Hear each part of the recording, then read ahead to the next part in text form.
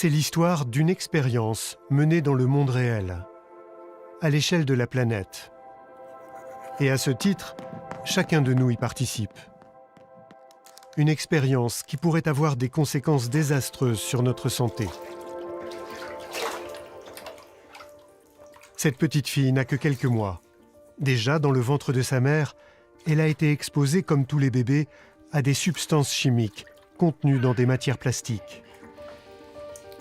Quels effets celle-ci pourrait-elle avoir sur son développement et sa santé ?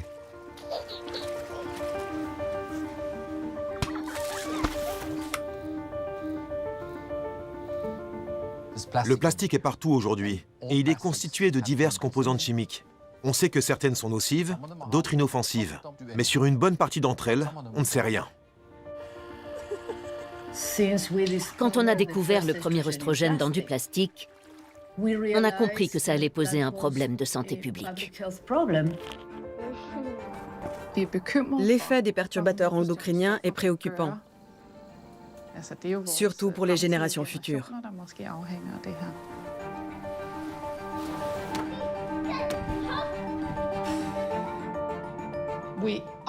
On est en train de mener une gigantesque expérience sur la population. Et on n'en connaît pas les conséquences. Sommes-nous prêts à prendre un tel risque ?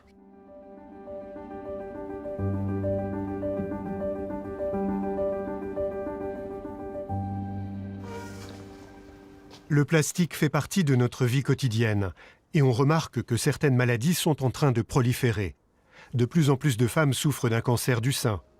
De nombreux couples ont des difficultés à avoir des enfants et le nombre de personnes atteintes d'un déficit de l'attention augmente chaque jour. Le TDAH est un trouble grave du développement, mais beaucoup ne comprenaient pas. Les gens pensaient que j'étais dissipée, que je ne faisais pas d'efforts. Mais bien souvent, je n'y arrivais tout simplement pas. Et nous qui ne pouvons pas avoir d'enfants, pourquoi la nature nous a-t-elle fait ainsi ? Oui, parfois je me demande si je fais quelque chose de travers, ou si j'ai commis des erreurs par le passé. Pour moi, ce qui comptait le plus, c'était d'avoir un enfant. Je n'avais jamais pensé que nous pourrions avoir besoin d'une aide extérieure. Être en forme et en bonne santé a toujours été très important pour moi. Le fait d'avoir des enfants sur le tard a renforcé cette volonté. Il fallait que j'aille jusqu'à 100 ans pour qu'ils aient une mère longtemps, une mère qui soit là pour eux. Je ne saurais probablement jamais pourquoi je suis née comme ça.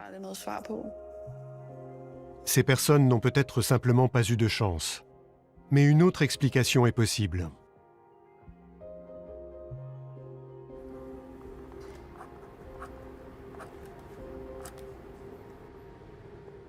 Anna Soto est chercheuse en immunologie à la Tufts University de Boston. En 1989, elle étudie les effets de l'œstrogène, une hormone sexuelle féminine, sur les cellules cancéreuses. Je voulais savoir comment se développe un cancer. À la génération de ma mère, la probabilité d'avoir un cancer du sein était de 1 chance sur 22. Aujourd'hui, elle est de 1 sur 7 ou 8, c'est-à-dire 3 fois plus. On se demande pourquoi. Au cours de leurs recherches, il se produit un phénomène qu'Anna Soto et ses collègues ne s'expliquent pas. On reproduisait la même expérience et on obtenait toujours le même résultat, ce qui était très bien. Ça signifiait que notre protocole fonctionnait correctement. Et puis tout d'un coup, ça n'a plus fonctionné du tout. Les préparations qui n'étaient pas exposées aux hormones réagissaient de la même façon que les cellules qui l'avaient été. C'est donc qu'elles avaient été soumises à un œstrogène dont on ne connaissait pas l'origine. Les scientifiques mettent 4 mois avant de découvrir d'où provient cette perturbation. Les éprouvettes où étaient conservés les échantillons libéraient une substance proche de l'œstrogène. Quand on a découvert le premier œstrogène dans du plastique, on a compris que ça allait poser un problème de santé publique. Parce qu'on ne peut tout de même pas exposer des bébés à cette substance en leur donnant le biberon. Indépendamment des travaux d'Anna Soto, le pédiatre danois Anders Juul fait au début des années 90 une constatation qui ne manque pas de l'inquiéter. De plus en plus d'adolescentes viennent le consulter pour un même problème. Je suis pédiatre. Et pour cette raison, j'ai examiné des enfants souffrant de troubles de la puberté. J'ai été surpris par le nombre croissant de filles présentant un développement précoce des seins. Le nombre de cas ne cessait d'augmenter. Anders Juul commence des recherches pour savoir s'il est possible que les filles démarrent leur puberté de façon plus précoce. Dès que nous aurons l'information, nous pourrons évaluer les résultats en fonction des différentes écoles. Il mène une vaste étude dans laquelle il observe des élèves danoises de 15 ans. Les résultats se révèlent très inquiétants. L'âge moyen de la puberté a chuté de 11 ans à 9 ans et 9 mois, sur une période de 15 ans. C'est une énorme surprise, un très gros changement pour lequel nous n'avons pas d'explication. Au début des années 90, Anders Juul n'est pas le seul à observer un phénomène inhabituel. Un groupe de chercheurs de la clinique Rigshospitalet de Copenhague fait une découverte surprenante. La qualité des spermatozoïdes prélevés chez des hommes en apparence sains a diminué de moitié en 50 ans. Nous soupçonnions une baisse, mais pas à ce point. Je me suis dit, est-ce possible? Si oui, c'est grave. Comme cette évolution a eu lieu en 50 ans seulement, ce n'est pas notre patrimoine génétique qui est en cause. Ce sont des facteurs externes, tels que l'environnement ou notre mode de vie. Des éléments relativement récents.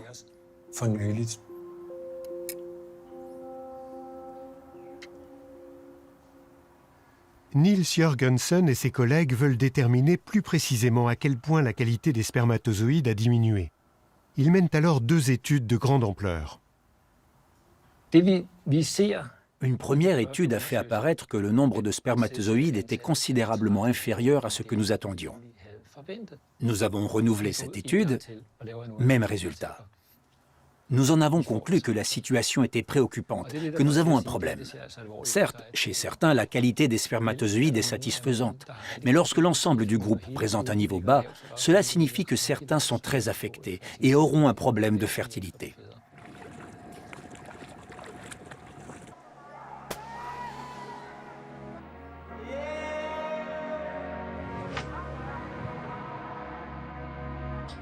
Quand Cecilia et Preben se rencontrent, ils ne se doutent pas qu'ils compteront parmi les 15% d'individus concernés par des problèmes d'infertilité.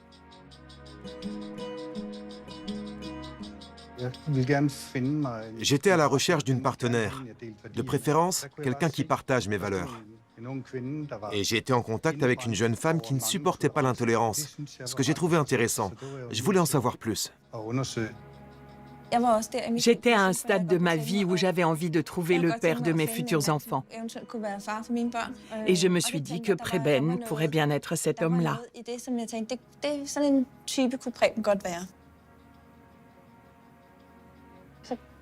Alors on a commencé à essayer d'avoir un enfant. Et assez vite, on a découvert que ce n'était pas si simple.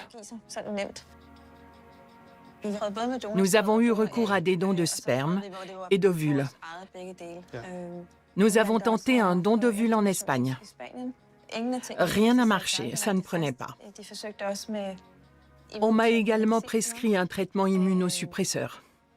À chaque fois, nous étions pleins d'espoir et rien n'a abouti. C'est la chose la plus difficile que nous ayons vécue. Les chercheurs se doutent qu'il se passe quelque chose, mais sont incapables d'expliquer pourquoi le nombre des maladies augmente autant et aussi rapidement.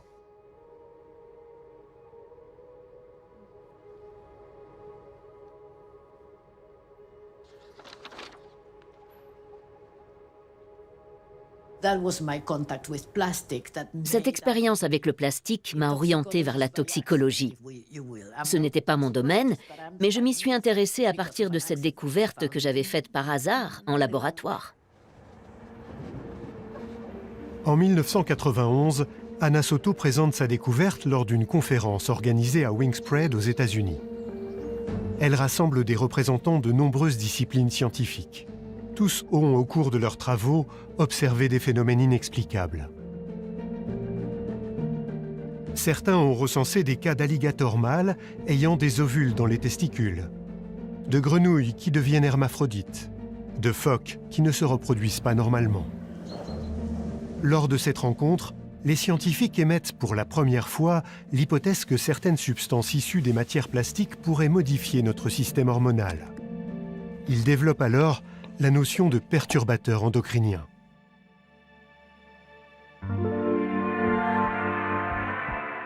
Notre système hormonal est constitué de glandes réparties en divers endroits du corps. Ces glandes produisent des hormones qui contrôlent de nombreuses fonctions comme la croissance, l'intelligence, la détermination du sexe et le métabolisme.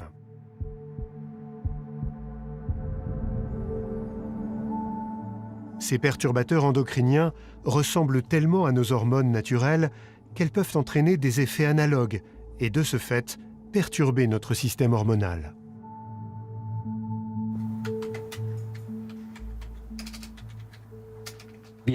Nous sommes arrivés à un stade où 10% des naissances sur une année donnée sont, disons, le fruit de la procréation assistée. Imaginez une maladie qui frapperait 10% de la population. On dirait ça suffit. Ici, on résout le problème médicalement, sans s'attaquer à ses causes. Intrigués par ces nouveaux résultats, Niels Jørgensen et son équipe lancent une vaste étude. Nous nous intéressons aux perturbateurs endocriniens comme une explication possible. Pour la qualité des spermatozoïdes, nous savons que le développement des testicules est déterminant dès le stade du fœtus, qu'il a un effet sur le potentiel reproductif futur. Les chercheurs établissent un lien entre la quantité de substances endocrines actives présentes chez les femmes enceintes et le développement des testicules de leur fils. Nous sommes certains que la mauvaise qualité des spermatozoïdes chez l'homme adulte est, dans une large mesure, due à un défaut du développement des testicules intervenu au cours de la grossesse, et ce, dès les 12 premières semaines.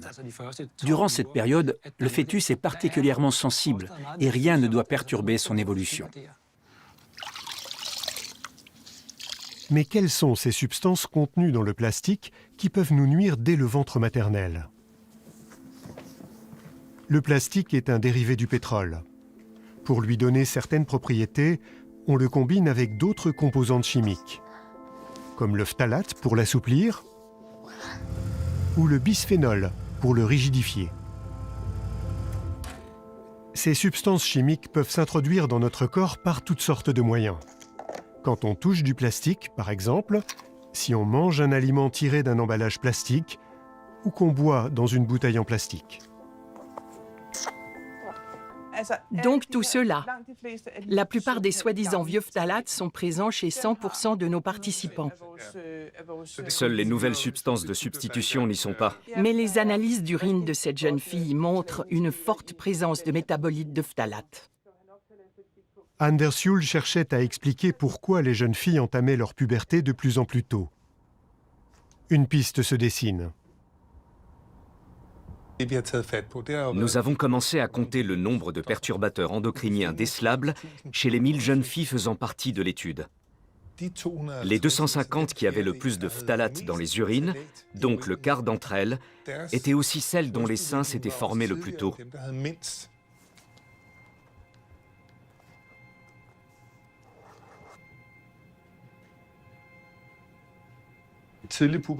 Une puberté précoce est le signe que le corps produit des œstrogènes. Le risque de maladies liées au mode de vie et de cancer du sein est proportionnel au nombre d'années d'exposition aux œstrogènes.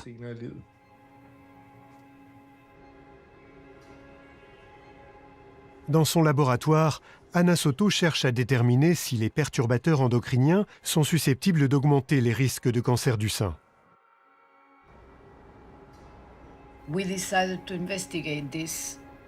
Dans le cadre de cette recherche, on a exposé des fœtus d'animaux au bisphénol A.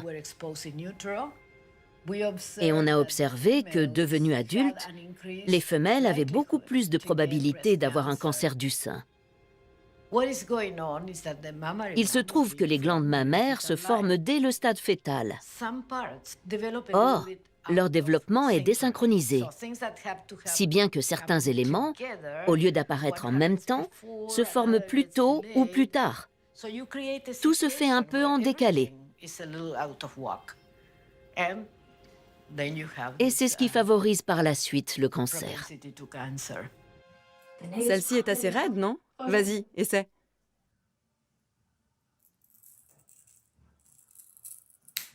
Oui. Coupe encore. Bien. Le cancer du sein est le cancer le plus fréquent chez les femmes. Il touche une femme sur 8. Louise Gill avait 40 ans quand la maladie s'est déclarée. Il y a 6 mois, j'étais une prof très occupée et très engagée, qui n'avait pas le temps pour grand-chose d'autre que les derniers préparatifs avant une classe verte prévue depuis longtemps.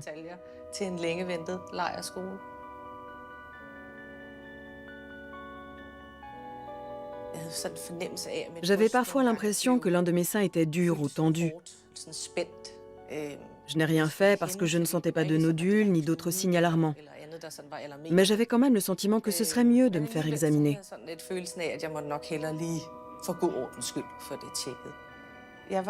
J'étais forte, je me sentais bien. Si j'avais quelque chose de grave, j'aurais eu mal à la tête ou une grosse fatigue. Si j'étais vraiment malade, je l'aurais senti. Quand je suis malade, je m'en rends compte. Voilà ce que je me disais. Mais on ne peut pas toujours se fier à ça.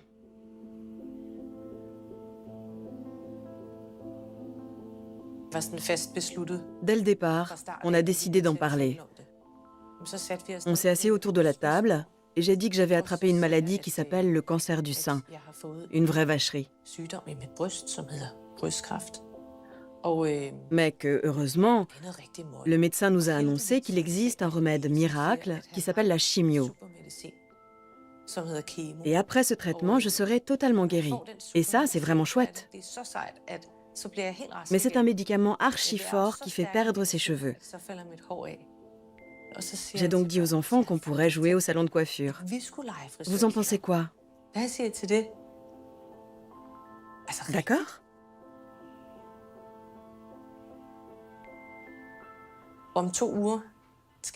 Je vais être opérée dans 2 semaines. Une ablation totale du sein gauche et de tous les ganglions mammaires du même côté.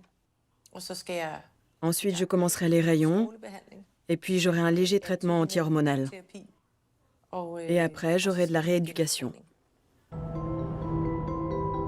Les études menées par les pionniers au début des années 90 servent de base pour de nouveaux travaux. Par exemple, ceux de Tina Kold Jensen.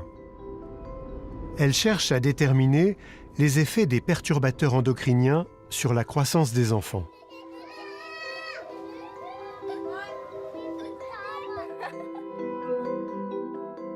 Tina Kold Jensen dirige une étude qui suit 2450 enfants depuis le stade fœtal jusqu'à l'âge de 18 ans.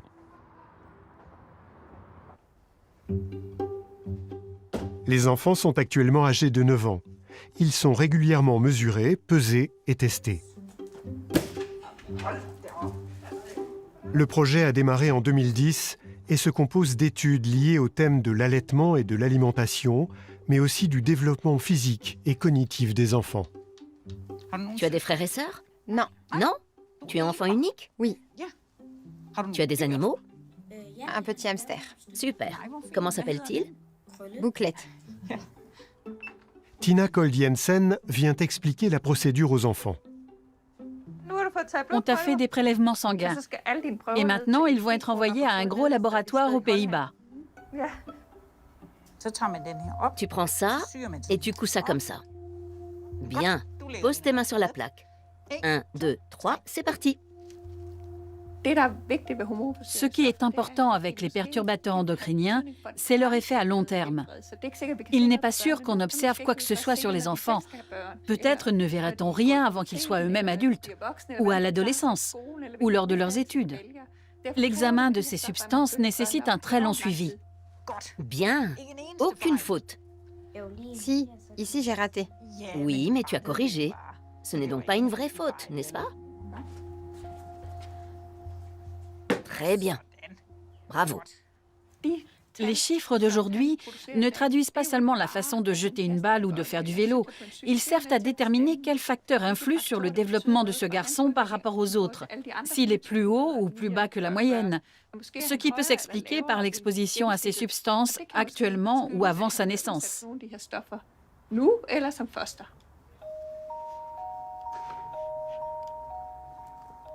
Une partie des effets que nous constatons porte sur le cerveau, donc sur l'intelligence. Le cerveau est un énorme organe qui renferme de très nombreux récepteurs hormonaux. On peut donc facilement imaginer que ces substances puissent nuire à son développement.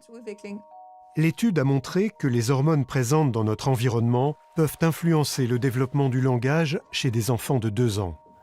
Les garçons dont les mères ont été exposés à plus de perturbateurs endocriniens que les autres ont un vocabulaire plus limité.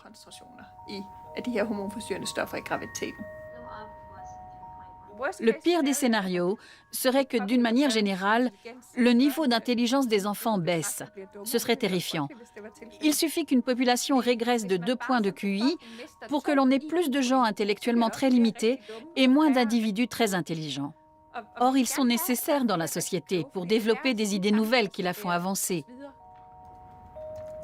Nous nous sommes aussi intéressés au TDAH. Il y a déjà des indices selon lesquels certains des enfants ayant été exposés à certaines substances présentent plus de symptômes apparentés à l'autisme et au TDAH.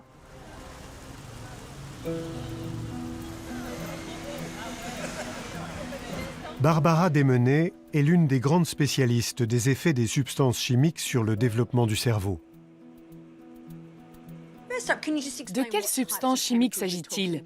Comment y sommes-nous exposés? À travers les aliments, les vêtements, l'air qu'on respire? À travers tout ça. Auteure de plus de 200 publications scientifiques, Barbara Desmenet jouit d'une reconnaissance internationale. Elle est une spécialiste du fonctionnement thyroïdien. La glande thyroïde est indispensable à la formation du cerveau. La thyroïde libère des hormones essentielles au développement du cerveau.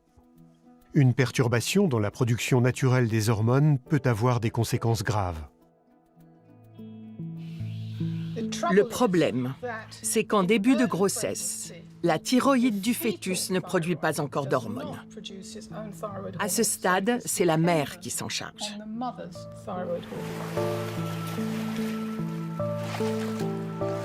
Une femme enceinte est exposée aux perturbateurs dès qu'elle étale sur sa peau une crème qui contient des phtalates, par exemple. Et elle absorbe du bisphénol A dans ce qu'elle mange et dans l'eau qu'elle boit,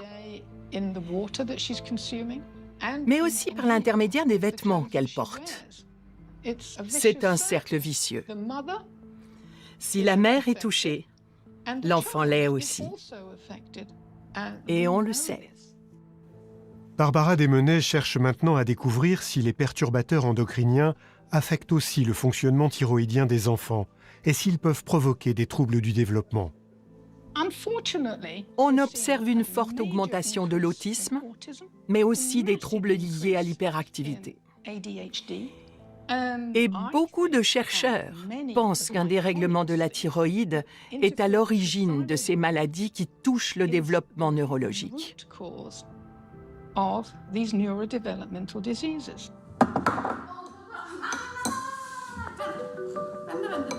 Caroline Sophie Lilia, 29 ans, est mère de 2 enfants.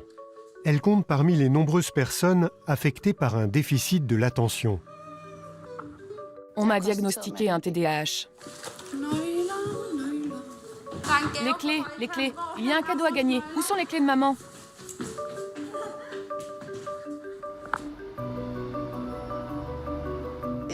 J'ai été une enfant difficile. J'étais tout simplement pénible et très éveillée. Oui, maman voudrait dormir maintenant. Il y a plein de choses tout le temps. C'est un mélange constant de tout.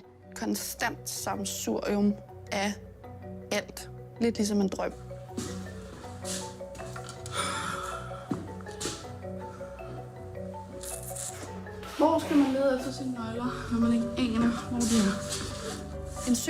Où cherche-t-on les clés si on n'a pas la moindre idée de l'endroit où elles se trouvent? Les clés de l'antivol disparues, le sac de sport disparu. Impossible d'aller au match à 16h, je n'avais plus de force. Mais tous les autres y arrivaient. C'était quoi mon problème? Alors je me faisais engueuler, parce que mon vélo avait disparu. Comment se fait-il que tu ne puisses pas venir à ton match le week-end alors que les autres y vont 3 fois par semaine? Pourquoi tu n'y arrives pas? Avant d'être diagnostiquée à l'âge de 17 ans, Caroline passait pour une adolescente difficile. Quand je pense à toutes les engueulades que j'ai subies, c'est triste. Je m'en serais bien passée. C'est obsédant, tout le temps. Parfois, quand le téléphone sonne, je me dis instinctivement « Ah, j'ai dû oublier quelque chose. Quelqu'un a quelque chose à me reprocher. » Je m'étonne d'avoir survécu 30 ans. Il y avait de quoi mourir d'épuisement psychique.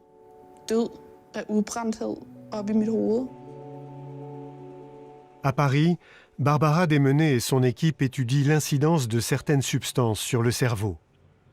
Ils exposent des têtards à des produits chimiques qu'on soupçonne être à l'origine de troubles de l'équilibre hormonal.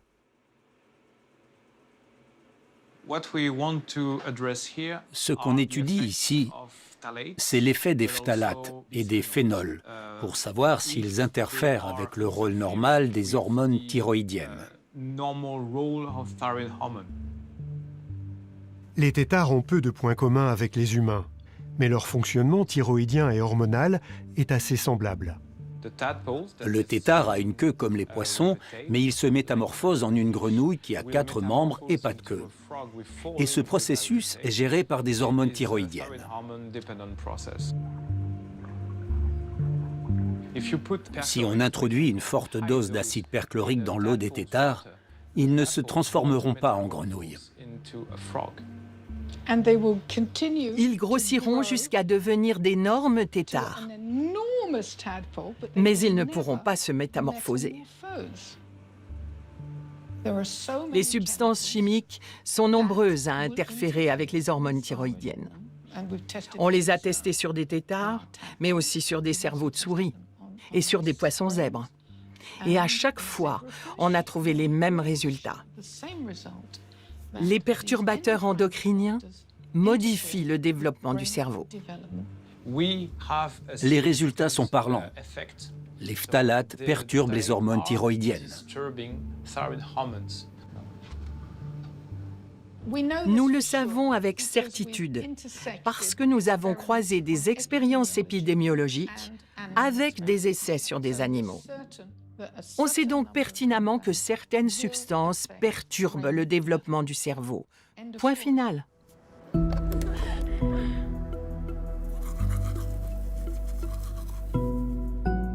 Des substances issues des matières plastiques peuvent entraver la fertilité, freiner l'intelligence et provoquer des cancers. Mais sont-elles susceptibles de modifier notre équilibre hormonal au point de modifier l'espèce?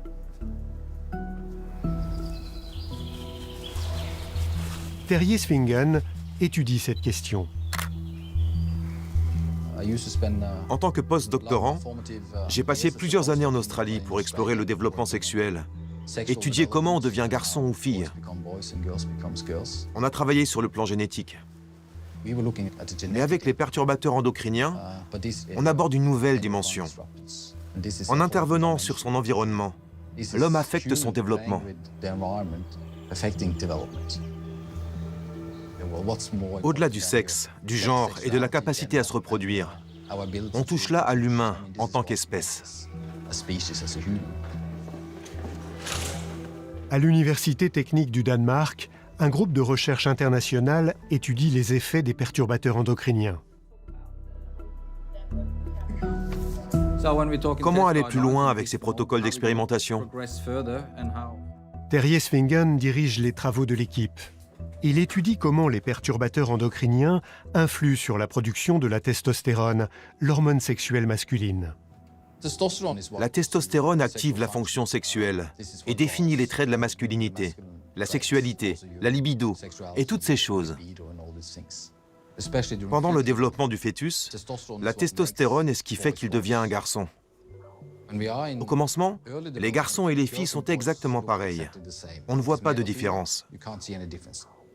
Mais au bout de quelques semaines, les testicules apparaissent sur le fœtus mâle et les ovaires sur le fœtus femelle. Et les testicules commencent à produire de la testostérone. Terje Svingen travaille sur des rats. Il étudie l'effet des perturbateurs endocriniens au niveau de la testostérone en observant le développement des spermatozoïdes. J'examine ici un testicule de rat qui ressemble à ce qu'il devrait être. Et celui-ci a été exposé à des substances qui contiennent des perturbateurs endocriniens.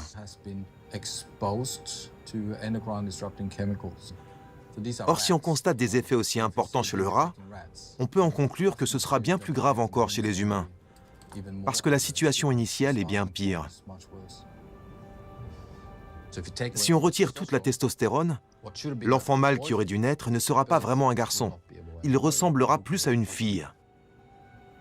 Si on perturbe le système hormonal, on va au-devant de graves problèmes.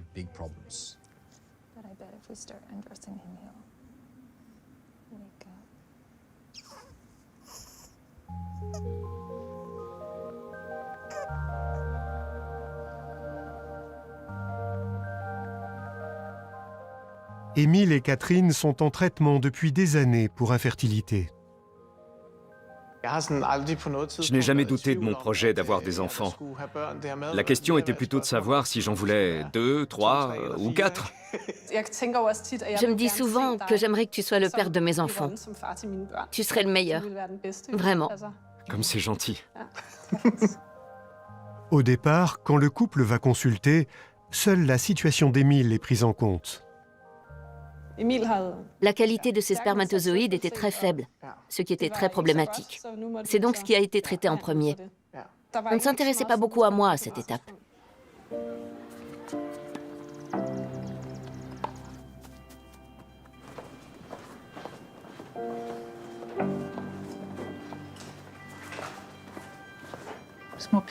Les petites filles naissent avec un nombre défini d'ovules qu'elles ont pour le reste de leur vie.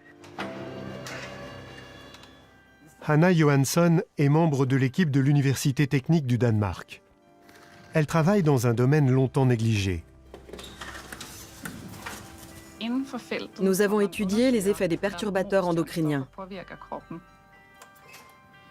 plus sur les hommes que sur les femmes.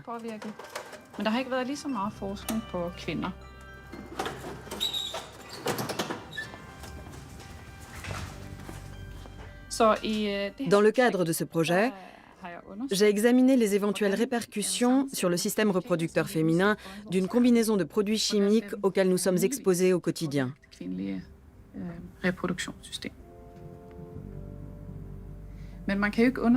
Mais nous ne pouvons pas exposer des femmes à des substances chimiques et voir comment elles réagissent. Par conséquent, nous utilisons des rats. Nous avons administré un mélange de produits chimiques à des femelles pendant leur grossesse, avant d'observer leurs petits.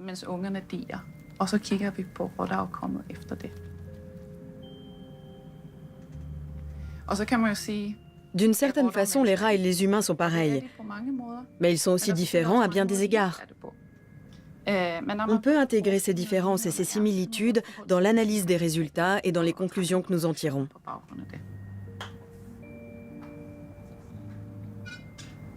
Les résultats des expériences sont préoccupants.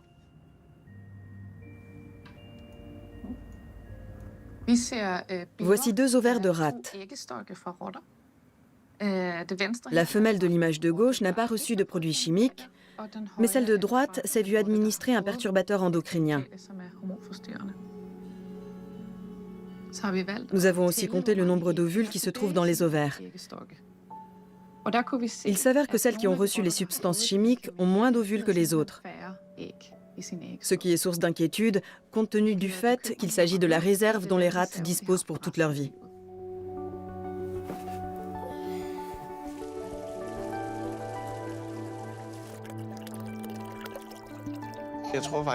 Je pense que c'était la Saint-Sylvestre, non? Nous avons fait une échographie à la Saint-Sylvestre, le 31 décembre 2019. Nous avons vu battre le cœur. Un petit cœur qui battait. Et puis une nouvelle échographie juste après. Le cœur battait toujours. Nous étions donc confiants, très heureux de partir en vacances de ski.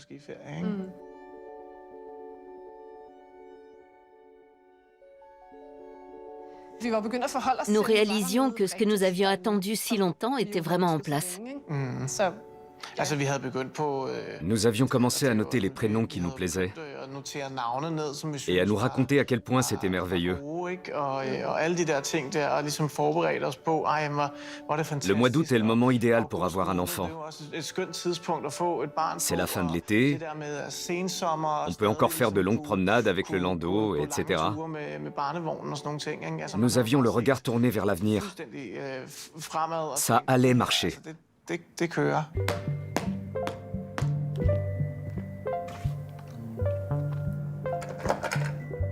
Au quotidien, nous sommes exposés à de multiples substances susceptibles d'influer sur notre système hormonal. Quel effet ce cocktail chimique a-t-il sur nous? Des scientifiques travaillent désormais sur des combinaisons de substances les plus courantes. Dans notre étude, nous avons travaillé sur des mélanges. Ici, ce sont les résultats d'un mélange d'oestrogènes et là, d'un mélange d'anti-androgènes. Sophie Christiansen fait aussi partie de l'équipe. Nous conduisons des expériences sur des rats qui attendent des petits. Nous analysons 13 substances, les adoucissants pour plastique, les bisphénols et les pesticides, différents produits chimiques. Nous appliquons des doses très limitées, qui en soi ne devraient pas avoir d'effets nocifs. Nous avons constaté que lorsque nous les administrons séparément, les effets sont négligeables. Mais lorsque les produits sont mélangés, les perturbations hormonales sont incroyables pour beaucoup de ces petits. Le développement sexuel est perturbé. Les différences entre mâles et femelles tendent à se réduire.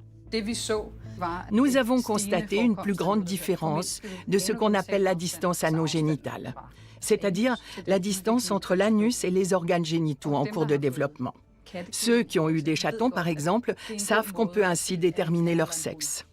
Chez les rats mâles, la distance anogénitale est normalement 2 fois plus grande que chez les femelles. Mais chez les rats qui ont été soumis au cocktail chimique, cette différence a pratiquement disparu. Nous avons aussi cette étude sur la présence de mamelons. Je me charge de la pesée des organes. Qui compte les mamelons? Dorthe ou Liliane. Durant ces expériences, Sophie Christiansen a observé des traits féminins sur des rats mâles. Normalement, les mâles n'ont pas de mamelons. Mais dans ces essais, on peut les observer aux endroits où ils apparaissent généralement chez les femelles. Dans le pire des cas, on ne peut distinguer les deux sexes. Cette constatation est sérieuse. Et certains des phénomènes qui se présentent sur un fœtus de rat peuvent aussi survenir lors du développement d'un fœtus humain, mâle ou femelle.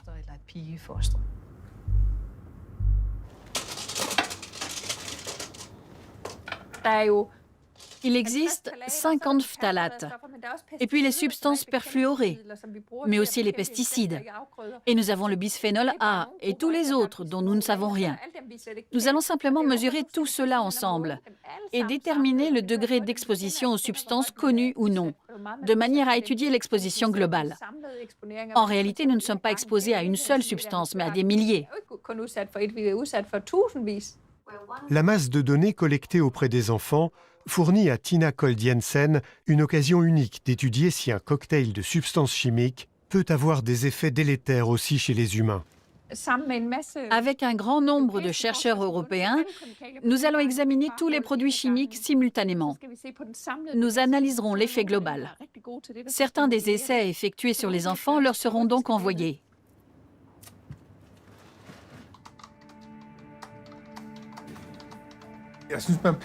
C'est effrayant de constater la quantité de produits chimiques auxquels nous sommes exposés. En étudiant une seule substance, nous découvrons un rapport avec le développement mammaire et la puberté. Mais pour définir les conséquences des milliers de substances chimiques présentes dans notre corps, il faudrait une expérience gigantesque. Nous ne savons pas vraiment ce que font les différents produits, que ce soit séparément ou en association. Nous ne connaissons pas les effets de ce cocktail toxique auquel nous sommes exposés. Ce n'est pas quelque chose qu'on peut éviter. On peut arrêter de fumer, manger des produits sains, faire du sport. Mais cette question concerne nos enfants et nos petits-enfants. Si les problèmes d'infertilité qui touchaient 2% de la population passent à 10%, puis à 20%, cela devient un problème de société.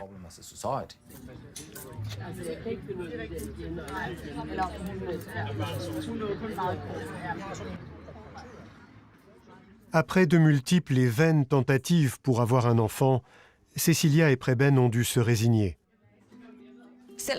Même si j'estime que nous vivons bien, il y a quelque chose que je ne ressentirai jamais et qui est présent d'une manière ou d'une autre, sous la forme d'un chagrin, d'une douleur permanente. Parce que cela n'est pas arrivé. Je n'ai perdu personne, je n'ai enterré aucun enfant, mais j'éprouve le chagrin de ce que je n'obtiendrai jamais. Il m'arrive d'en parler en termes presque détachés, mais le fait que ça ne soit pas arrivé me pèsera toujours.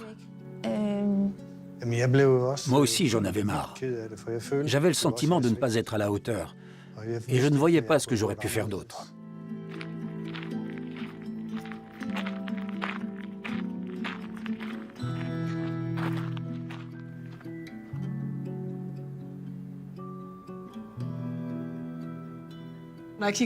Rétrospectivement, je pense qu'au début, nous étions extrêmement naïfs de penser que ça marcherait forcément. Lorsqu'au bout de nombreux traitements, on est enceinte et qu'on fait finalement une fausse couche, quelque chose change radicalement dans le psychisme. Et on prend conscience de la gravité de la situation. Catherine a fait 3 fausses couches. Le couple est toujours en traitement. J'ai un peu de mal à y croire. Moi aussi. Mais on y arrivera.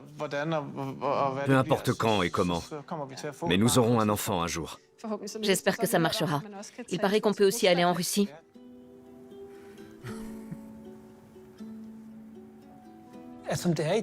Actuellement, même au Danemark, où l'offre de procréation assistée est bonne, environ un tiers des couples n'obtiennent pas de résultats. Nous ne pouvons pas aider tout le monde. Cela fait plus de 30 ans que les scientifiques tirent la sonnette d'alarme. Le plastique contient des substances qui peuvent nous rendre malades. Pourtant, la production de plastique n'a cessé d'augmenter. Aujourd'hui, il y a plus de 80 000 substances chimiques sur le marché. Mais jusqu'à présent, on se contente de charger les scientifiques de déterminer au coup par coup si certaines matières sont nocives. L'industrie continue à faire pression sur nous, les scientifiques, et on doit montrer que leurs produits ne sont pas sans risque. On fait comme si les produits chimiques étaient parfaitement inoffensifs tant qu'on n'a pas prouvé qu'ils étaient nocifs. À chaque fois, il faut recommencer. Montrer les effets qu'ils occasionnent. C'est un travail sans fin. Si on est obligé de prouver à chaque fois que telle substance agit sur les hormones, on va épuiser tous les rats de laboratoire de la planète. C'est insensé.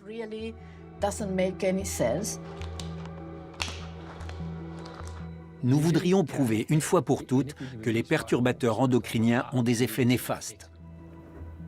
Les chercheurs ont mené des milliers d'expériences sur des animaux pour révéler les effets désastreux des perturbateurs endocriniens. Mais on leur reproche de ne pas le vérifier sur des humains. Pour pouvoir le prouver, il nous faudrait des hommes et des femmes ayant grandi sans perturbateurs endocriniens et qui, à leur tour, auraient des enfants qui n'y seraient pas du tout exposés. Or, c'est impossible.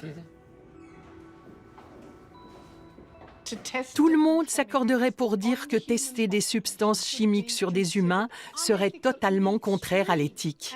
Et pourtant, c'est exactement l'expérience à laquelle nous participons tous aujourd'hui. Scientifiques et industriels de la pétrochimie n'arrivent pas à s'entendre sur les effets des hormones qui se multiplient dans notre environnement domestique.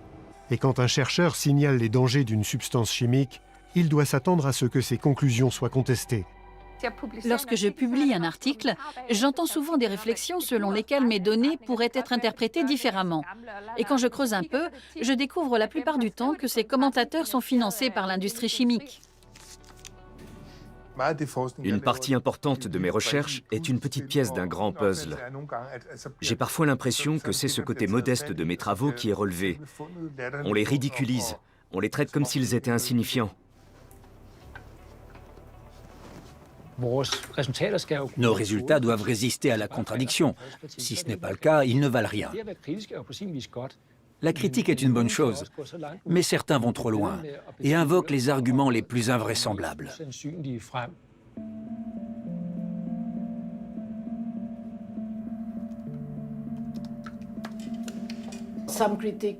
Certaines critiques proviennent manifestement de l'industrie. Elles ne sont pas forcément fondées, mais les scientifiques sont obligés d'y répondre.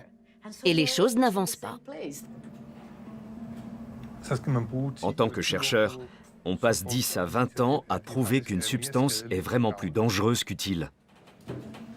On continue à formuler des tas d'objections vaines que nous sommes obligés d'écouter, de sorte qu'on n'avance plus. Au lieu de dire « c'est bon, on a assez entendu de réserve, mais toutes ces recherches pointent dans une direction bien réelle ». Certes, quelques perturbateurs endocriniens ont été interdits au niveau mondial. Mais le plastique contient des milliers d'autres substances. Peut-on imaginer des solutions?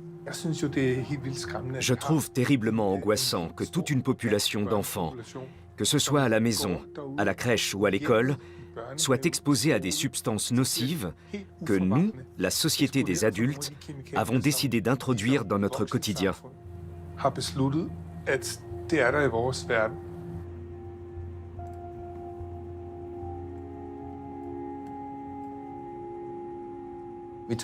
Des millions de tonnes de produits chimiques sont déversés chaque année dans l'environnement. On ne réglera donc pas le problème d'un simple claquement de doigts. Mais on peut au moins améliorer les choses, en évitant que ça empire.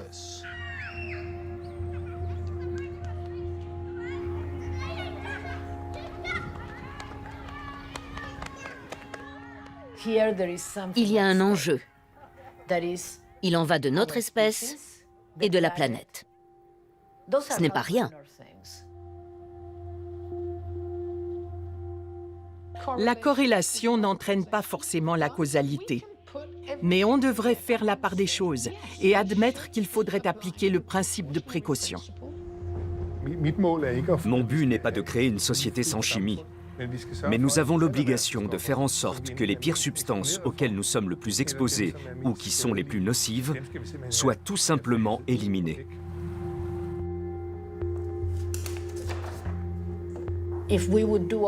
Si on prenait les mesures qui s'imposent, ce problème disparaîtrait de lui-même, parce que c'est un problème de santé publique. Mais ce n'est pas le cas, et nous en sommes toujours au même point. Pour ma part, je considère que c'est grave, et je ne baisserai pas les bras.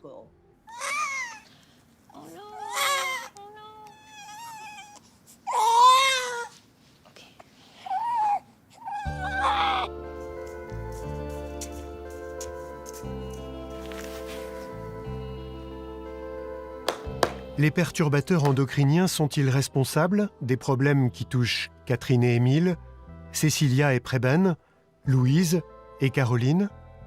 Ce n'est pas prouvé, mais ce qui est sûr, c'est que depuis leur enfance, ces personnes ont été en contact avec des substances chimiques présentes dans le plastique.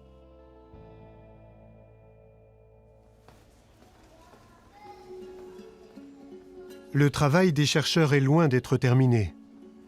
Niels Jørgensen dirige une étude chargée de comprendre pourquoi autant d'hommes ont un sperme de si mauvaise qualité.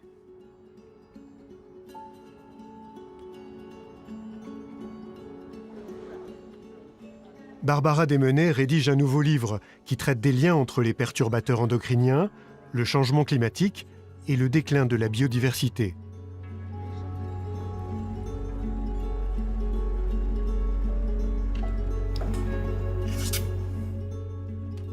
Avec son équipe, Terje Svingen continue d'étudier les effets délétères des perturbateurs endocriniens sur les fœtus.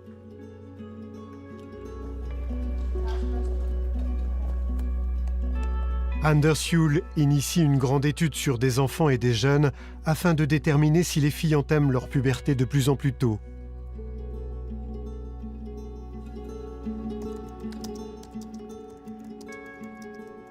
Anna Soto participe à un vaste projet destiné à mieux identifier quels perturbateurs endocriniens provoquent l'infertilité des femmes. Tina Kold Jensen est engagée dans un projet européen de grande ampleur qui s'intéresse aux effets des perturbateurs endocriniens combinés avec d'autres substances. Nous sommes tous exposés à des perturbateurs endocriniens, c'est inévitable. Nous pouvons mesurer leur impact sur chacun de nous. Ce qui m'inquiète particulièrement, c'est qu'il s'agit surtout des femmes enceintes et des enfants. Ces groupes sont vulnérables et ce sont eux qui ne supportent peut-être pas ces produits. Mon fils a très probablement déjà été exposé. Et s'il l'a été quand j'étais enceinte, il est déjà trop tard pour y remédier. T'es un peu mère poule, parce que je suis ton seul enfant. Je sais que je suis ce qui est le plus important dans ta vie. Oui, mais si cette histoire de qualité des spermatozoïdes et d'infertilité est exacte, c'est de ma faute si tu es touché. Ce que j'ai fait a été déterminant. C'est donc moi la coupable. C'est mon problème, tu comprends? Non, tu savais pas. Quand le plastique a été inventé, on pensait que c'était ce qu'il y avait de mieux. Et effectivement, c'était le top. Et c'est toujours vrai. Mais maintenant, on a découvert que c'était aussi une très mauvaise chose.